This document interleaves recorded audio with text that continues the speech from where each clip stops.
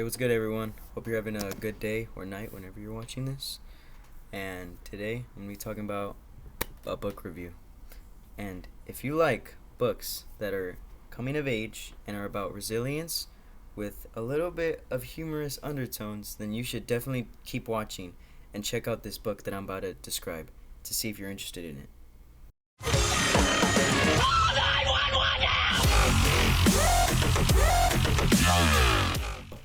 What caught my attention was the color scheme of the book and also the title and the author.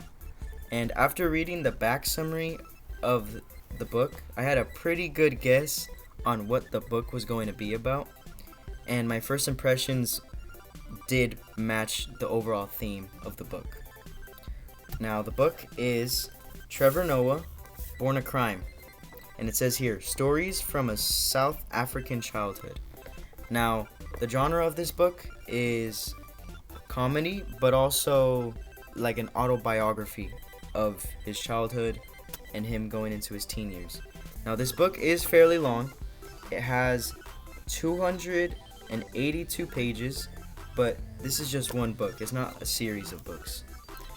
And this takes place in South Africa, mainly Johannesburg, but as a teen, he starts moving places because, well, I can't get into that. But it takes place during the late 90s and early 2000s, and this is during apartheid. And apartheid is basically like racism to people of color. And the main character is Trevor Noah.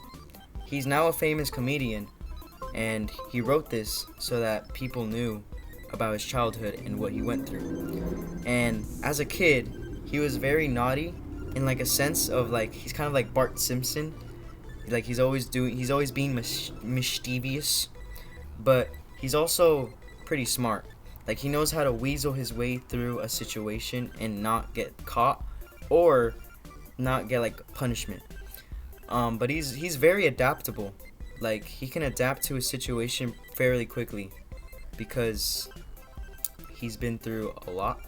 And he also questions everything. Like he questions why he's here. He questions religion. He's very curious. He's a very curious person as a kid. This book technically doesn't have a main situation, but I guess the overall story is hardships during apartheid, and the only thing, or the thing that's at stake, is if he breaks the rules of apartheid, he can potentially lose his mother, and his mother is kind of like his only source of help during his childhood.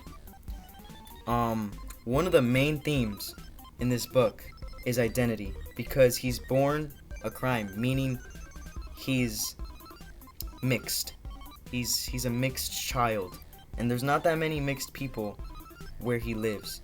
And so identity is one of the main themes of the book because he's an outsider. He doesn't really fall into one category. He falls in between the whites and the blacks. And so he has to like I said, adapt. The writing style is very conversational. Like you could like tell this to someone. It doesn't use that many complex words. It does use some, but he tries to like filter it out. It's like very, conversational, like I said. But the pacing is linear. It's kind of like a TV show in a way. Like it's kind of like episodes. Like like when he's a kid, and then when he gets into school, his experiences at school, and then what happens after school. Like it's just like very like episode like one thing to another. Now a scene that stood out to me was later in the book, and it's where he reconnects with his father after like a long period of time of them not hanging out with each other.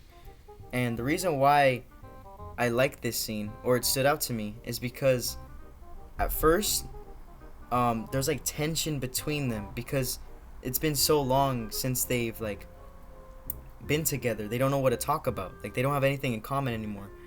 But once they hung out for a weekend, Noah learned that his father has actually been keeping track of everything he's done, because in the book he starts like doing performances, and his dad is actually keeping track of everything without him knowing. And this gives Noah like the reassurance that his dad supports him with what he's doing, and that his dad really actually cares about him. This book made me feel fortunate in a way, because I mean, it's funny at some parts, but the topic at hand is serious, you know? And it makes me appreciative of my parents, because they're resilient, like kind of like his parents, because they're like trying to keep him afloat, and that's kind of like relatable to some people and to me as well. My opinion throughout the book did not change whatsoever. And if I had time, or if I wanted to just read this book again, I actually would reread it, because it's a pretty good book.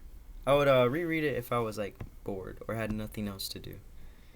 And I feel something that's similar to this book, or genre wise, is kind of like the Diary of a Wimpy Kid books, because it has like similar writing style and pacing wise.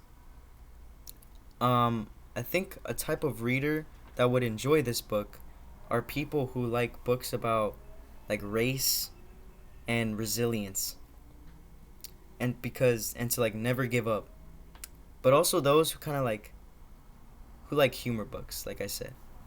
And I feel like the age group of this book would be anyone who's like a teen to an adult. I feel like kind of anyone can read this if they're over like the age of 13. It's a good, like, I feel like it reaches a broad audience. And I think the final rating that I would give this book is a 7 out of 10. Now, the reason why I give it a 7 out of 10 is because, yes, he does get into deep conflicts and themes, but he only touches it like at a surface level. He doesn't really like dive deeper into it. He doesn't have like a deep reflection in a way. But that's kind of it. If you like this book, or if you want to read it, then you could probably buy it at Amazon. And yeah.